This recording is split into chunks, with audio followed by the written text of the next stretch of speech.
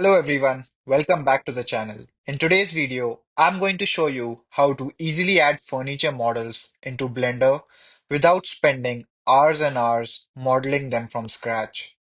And the best part? These aren't just raw meshes. They come with detailed 3D models, complete textures, and materials already applied.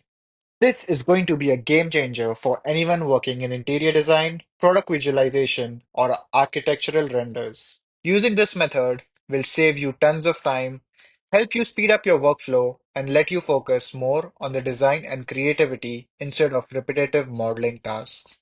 For this, we'll be using the free IKEA add-on in Blender that gives you access to a huge library of furniture pieces all ready to use. So let's jump right into Blender and I'll walk you through exactly how to install the add-on and start dropping realistic furniture into your projects. Inside Blender, go to the Edit menu, select Preferences and go to Add-ons. Over here, type in IKEA. Make sure this box is checked.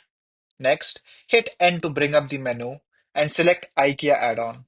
Over here, you can type the name of any furniture piece. I've added a sofa.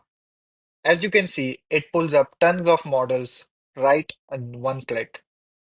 Once you like the model, simply click on Import, and there you have it. The model is directly into your workspace. You can see that it already has the textures and materials applied. Now, you can go into your render settings, add an HDRIs to check which of it looks best in your scene.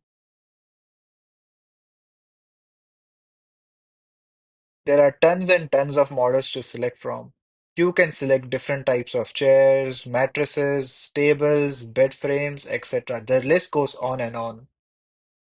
You also get a link to check all of these models directly on the IKEA website. If you found this tutorial helpful, don't forget to hit the like, share, and subscribe button.